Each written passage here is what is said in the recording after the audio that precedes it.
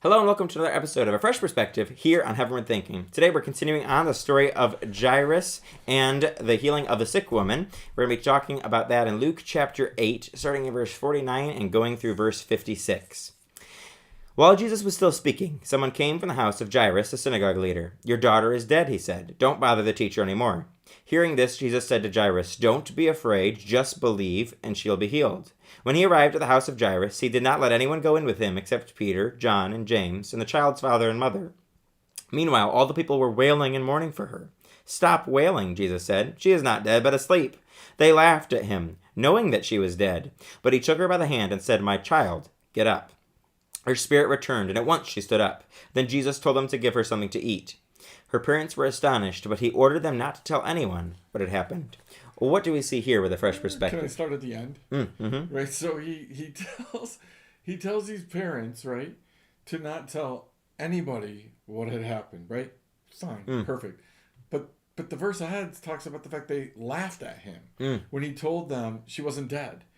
So I'd love somebody to give me the visual of her walking out of the room, right, and Jesus telling them, "But don't tell them what happened." Right, like so, like these people, like what in the world did they think? Like, he why wouldn't he say to them, like, "Hey, I raised her from the dead"? Because it's pretty obvious that something happened because they said, right, she's dead. Right, they're laughing at him, and I think again, I start at the end because I think this is one of the most important principles in Christian life today. Right, do not declare that which Jesus said is not dead to be dead. Right? Don't declare relationships, don't declare work things, don't declare financial things, don't declare social things, don't declare opportunities dead until Jesus says they're dead. But if he says to you they're not dead, it's not dead, then don't listen to anybody else. It doesn't matter if they're laughing at you. You're never going to get that job. You're never going to get to do that. You're never. If Jesus says it's not dead, it's not dead.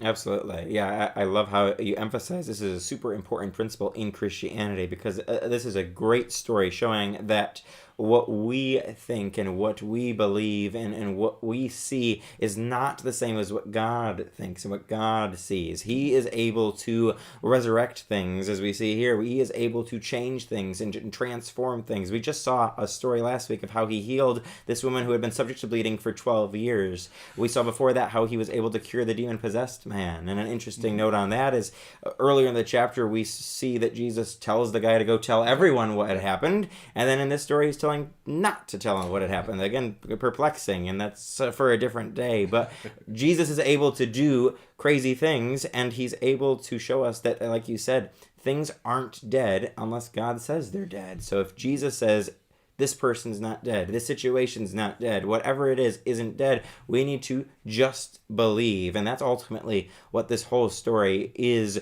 showing us. It's important to just believe Jesus and to just focus on what Jesus says, not on the distractions, not on all the people wailing, making the loudest noise in the room. We want to listen to Jesus. And to back it up a little bit, when we see this first encounter where someone came from the house of Jairus and says, "Your daughter is dead, don't bother the teacher anymore," what does Jesus say? He says, "Don't be afraid, just believe, and she'll be healed." What can we learn from that? Yeah, well, it's funny because the red letter words in this section, when he says, "Don't be afraid, stop crying," right? And then he says, "Child, get up," right? That's the authority that Jesus had, right?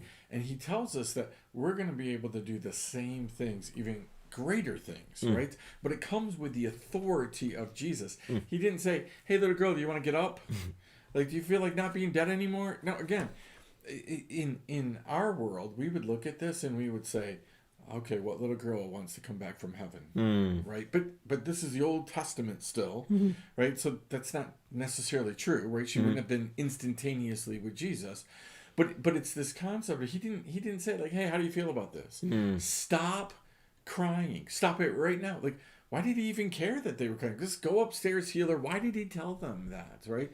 But I love what you just pointed out because there's so many times when somebody comes and declares to us something in our life is dead, right?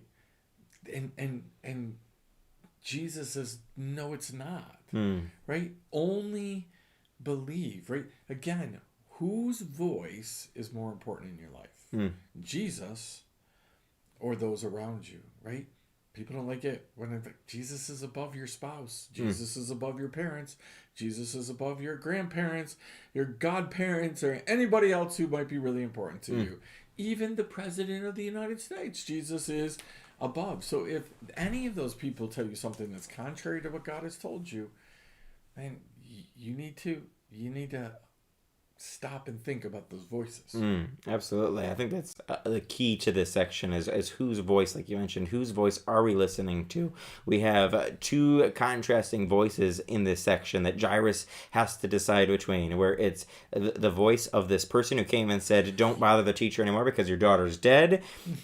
And then group that in with the wailers, the mourners who are just wailing and declaring that this girl is dead, that the situation is dead? Or is he going to listen to the voice of Jesus who says, don't be afraid, just believe and she'll be healed? And again, that's what we have on a day-to-day basis. We're in that same situation where people are telling us a situation is dead, something can't be fixed, something can't be done, you're not going to be able to accomplish this could never happen. And then we have the voice of Jesus that tells us we can do this, he can do something in us, he's able to do something if we would just believe him, if we would just follow him and trust and believe that he can do what he can do. We saw in the previous section the healing, and we discussed that on the way. Jairus comes before Jesus, he throws himself at the feet of Jesus, Jesus starts coming with him, and then Jesus takes a time out and heals this woman, the woman who touches him, and she's instantly healed. So Jairus would have already seen that Jesus is able to do extraordinary things, and so he should have had some kind of belief that Jesus could do this, especially if he went and sought Jesus out to begin with. He clearly knew that Jesus was able to do miracles, but he still has to face this personal test. It's not enough that just he knows that Jesus can do these things. He then has to face this own test in his own life. Is he going to truly believe that Jesus is going to do what he's already been able to do in the past, or is he going to give up on that just because other people are saying it's over, there's nothing that Jesus can do? And I think that's what we are talking about. That's what we see constantly, where people are constantly telling us there's nothing that Jesus is going to be able to do, there's nothing that you can do, it's over. But Jesus just wants us to listen to his voice, that where he knows that he can do it, we just need to trust him that he really can. I'm really good with that. I think that's a great way to wrap this up, this section, that we just need to focus on Jesus and listen to his voice and trust that he can do great things and he can bring life from death and change our situations wherever they may be. We just have to not doubt, not be afraid, just believe in Jesus.